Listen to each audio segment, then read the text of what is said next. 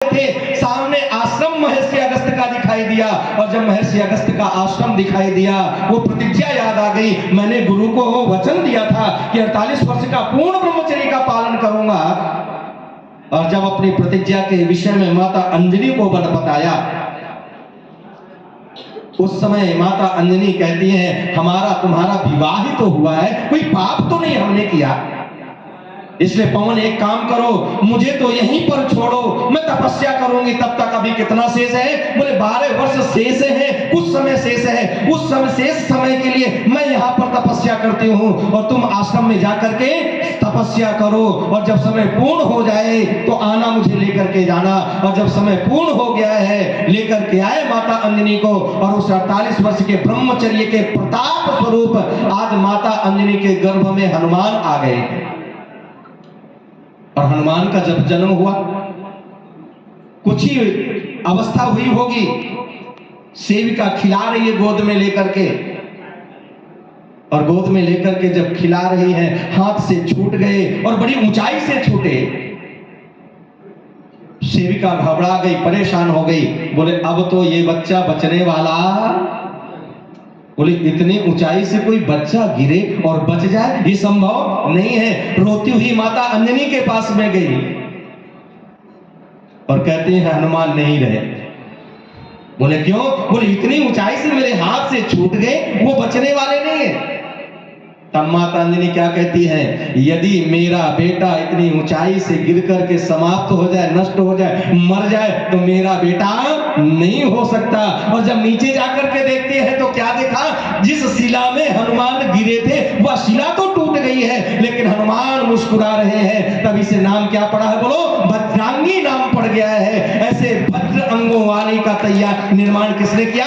पिता ने किया है और माता ने मिलकर के किया है। तब दूसरे समुल्लास में निवेदन कर रहा हूं, संतान के निर्माण की प्रक्रिया मेरा ऋषि देता हुआ क्या कहता है? बोले कौन कौन संतान का निर्माण मिलकर के करता है? बोले 3 लोग मिलकर के संतान का निर्माण करते हैं। और सबसे पहली भूमिका किसकी है? बोले मातृमान। अरे सबसे पहली भूमिका तो मां की है। और कहां से संतान की प्रक्रिया निर्माण की प्रारंभ हो जाती है? जिस समय विवाह मंडप पर बैठे हुए वर वधू, और वर वहां पर हाथ पकड़ता है, और हाथ पकड़ करके क्या कहता है? हस्तम गृह्णामि, मैं हाथ पकड़ रहा हूं। और किसके लिए हाथ पकड़ रहा हूं? सुनो, अपने घर को स्वर्ग बनाने के लिए तेरा हाथ पकड़ रहा हूं।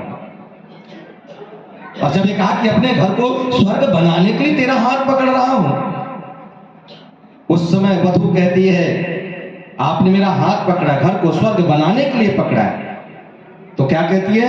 मां अनुवेतु, मैं आपके पीछे पीछे चल करके आ रही हूं, आपके घर को स्वर्ग बनाने के लिए आ रही हूं। और यहां से जब चलूंगी आपके घर के लिए, तो मैं कुछ बन करके चलूंगी, ऐसे नहीं चलूंगी।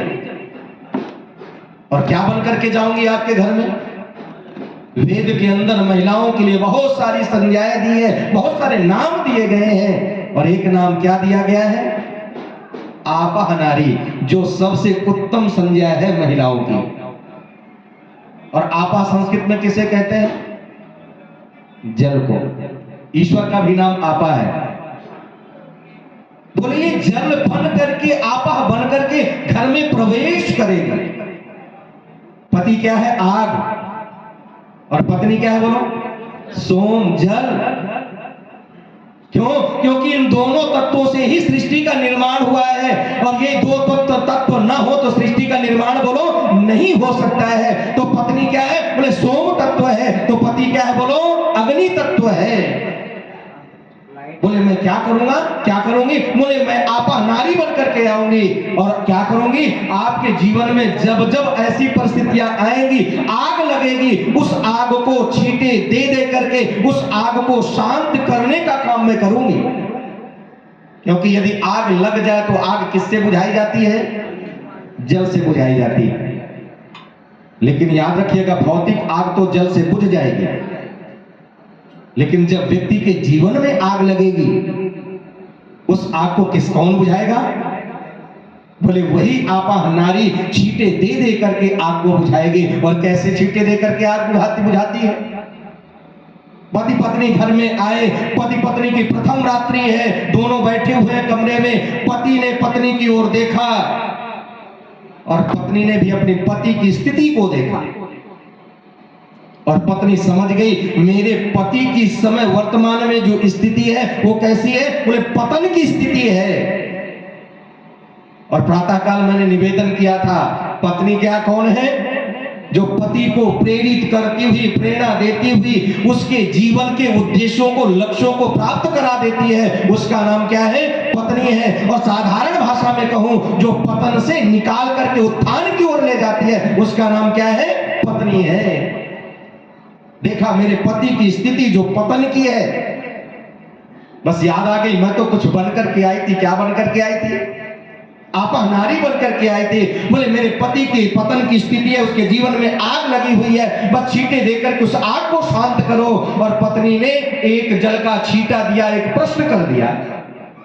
और क्या प्रश्न किया? बड़ा महत्वपूर्ण प्रश्न किया, पतिदेव आप मुझसे क्या चाहते हैं? क्या ये संवाद पति पत्नी में होता है?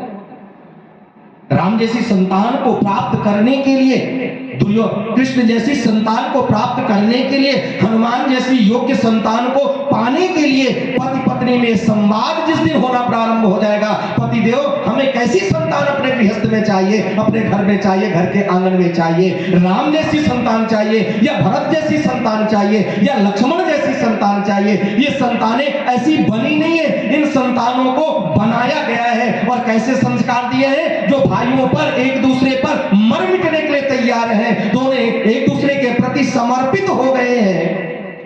बोलो वनवास किसको हुआ था? केवल केवल राम को हुआ था। गए कितने थे? आज की सीता होती तो क्या कहती? चले जाओ।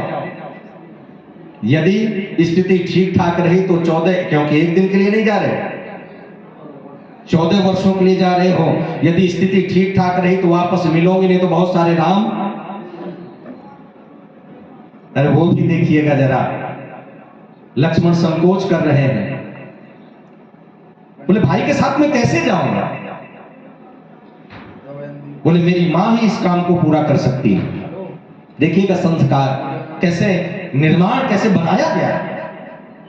जब लक्ष्मण को पता चला नहीं भाई को वनवास हुआ है, दौड़ते दौड़ते अपनी मां सुमित्रा के पास में जाते हैं और माता सुमित्रा से कहे एक बात, कहते हैं मां मुझे इस अवसर पर, आज मुझे इस अवसर पर वरदान चाहिए। जैसे लक्ष्मण ने वरदान की बात की, माता सुमित्रा कहती हैं बेटे लक्ष्मण आज वरदान की बात मत कर। क्यों? क्योंकि ये वरदान अयोध्या के लिए अभिशाप है। यदि वरदान ना मांगे गए होते तो तेरा भाई राम आज वन नहीं जा रहा होता, तेरा भाई राम राजा बन रहा होता, आज राज तिलक हो गया होता। इसलिए वरदान की बात मत कर, ये वरदान अयोध्या के लिए अभिशाप है। तो लक्ष्मण क्या कहते हैं, मां यदि आज आपने वरदान नहीं दिया तो अयोध्या के इतिहास में सबसे काला दिन होगा। ऐसा काला दिन अयोध्या के इतिहास में दूसरा नहीं आने वाला।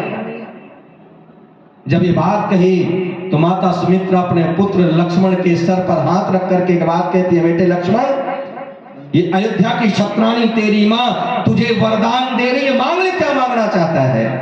वाह रे संस्कार, वाह रे लक्ष्मण, तूने कमाल कर दिया।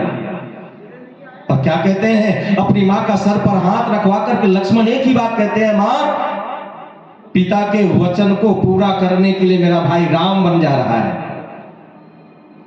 आज इस अवसर पर बस मां एक ही वरदान चाहिए। क्या वरदान चाहिए? कि वतन मां पिता के वचन को पूरा करने के लिए भाई राम बन जा रहे हैं, तो अपनी मां के वचन को पूरा करने के लिए लक्ष्मण उनके साथ में जा रहा है।